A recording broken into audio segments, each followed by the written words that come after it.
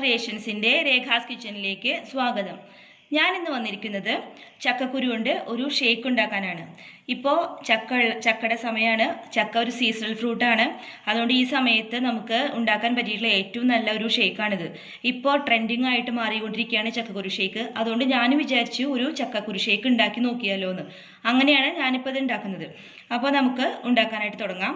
ഇതിലേക്ക് ആവശ്യമായിട്ടുള്ളത് ചക്കക്കുരു ഒരു 20 എണ്ണ എടുത്തിട്ടുണ്ട്. ഇത് നമ്മൾ ഒരു കുക്കറിലിട്ടിട്ട് വേവിച്ചെടുക്കുകയാണ്. അപ്പോൾ നമുക്ക് ഒരു കുക്കർ എടുത്ത് വെച്ചിട്ടുണ്ട്. ഇതിലേക്ക് ഈ ചക്കക്കുരു ചേർക്കാം. ചക്കക്കുരു ഞാൻ ഇതിൻ്റെ തോലൊന്നും പൊളിച്ച് കളഞ്ഞ് മുകളിലത്തെ ഒരു പാട മാത്രം നീക്കി കളഞ്ഞിട്ട് അതുപോലത്തെ ചക്കക്കുരു നേരിട്ടിട്ടാണ് ഇടുന്നത്. ഇനി നമുക്ക് ഇതിലേക്ക് ഈ ചക്കക്കുരു മുങ്ങി കിടക്കുന്ന ഒരു വെള്ളമാണ് ആവശ്യം. അപ്പോൾ അത് ഒഴിച്ചു കൊടുക്കാം കേട്ടോ.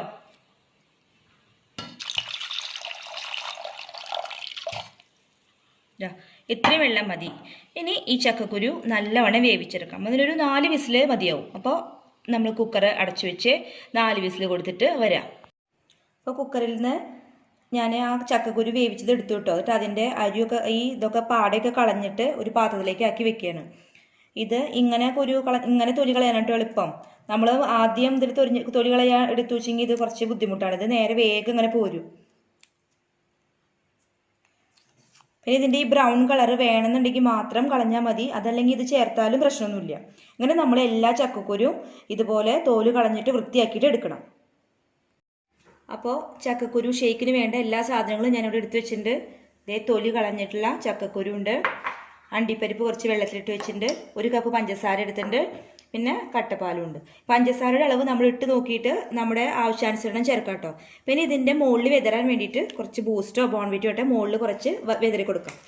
അപ്പോൾ ഇവിടെ ഞാൻ ഒരു മിക്സിയുടെ ജാറിലേക്ക്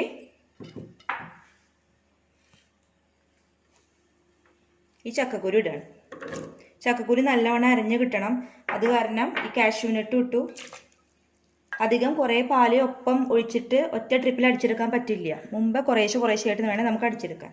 അപ്പം ഇതിലത്തെ പാല് മാത്രം കുറച്ച് ഒഴിച്ച് ഇനി നമ്മൾ ഇതിനെ നല്ല ഫൈൻ പേസ്റ്റ് ആക്കാം. എന്നിട്ട് ബാക്കിയുള്ള പാലും കൂടി ഒഴിച്ചിട്ട് അടിക്കാം. മുഴുവനായിട്ട് അരഞ്ഞു വന്നിട്ടില്ല. അപ്പം നമുക്കിതിലേക്ക് കുറച്ചുകൂടി പഞ്ചസാര ചേർത്തിട്ട് ഇനി ബാക്കി അരയ്ക്കാം. പഞ്ചസാര ചേർത്തു. കുറച്ചും കൂടി പാല് ചേർക്കാം. എന്നിട്ട് ഒന്നും കൂടി അരയ്ക്കാം.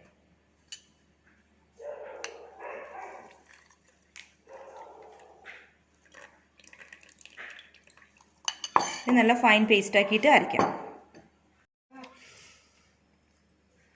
അപ്പോൾ ഞാനിത് അരച്ചു കൊടുക്കുന്നുണ്ട്. ഒരുവിധമൊക്കെ അരിഞ്ഞിട്ടുണ്ട് കേട്ടോ. ഇനി ഇതിലേക്ക് ബാക്കിയുള്ള ഈ കട്ടപ്പാൽ ചേർക്കാം.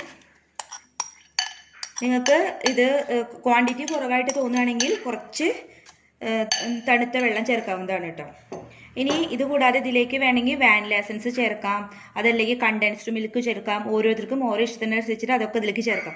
ഞാനിപ്പോൾ വീട്ടിൽ എളുപ്പത്തിൽ കിട്ടാൻ പറ്റുന്ന സാധനങ്ങൾ വെച്ചിട്ടാണ് ഇപ്പോൾ ഉണ്ടാക്കിയത്. അപ്പോൾ ഇനി ഇത് നല്ലവണ്ണം അരച്ചിട്ട് വരാം കേട്ടോ. അപ്പോൾ നമ്മുടെ ഷേക്ക് തയ്യാറായിട്ടുണ്ട്. ഇനി ഇത് നമുക്കൊരു സെർവിങ് ഗ്ലാസ്സിലേക്ക് മാറ്റാം. അപ്പോൾ അതിനായിട്ട് 2 ഗ്ലാസ് ഞാനിവിടെ എടുത്തു വെച്ചിട്ടുണ്ട്.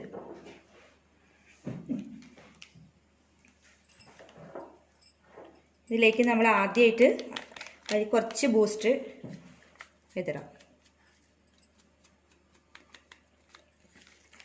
അതിൻ്റെ മുകളിലേക്ക് നമുക്ക് ഷേക്ക് ഒഴിക്കാം.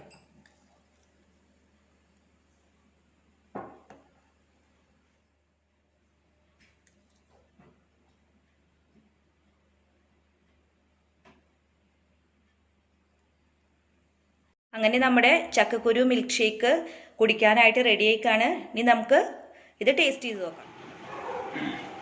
ചക്കക്കുരു മിൽക്ക് അടിപൊളിയായിട്ട് കേട്ടോ. എല്ലാവരും വീട്ടിലുണ്ടാക്കി നോക്കണം. നല്ല ടേസ്റ്റിയാണ്.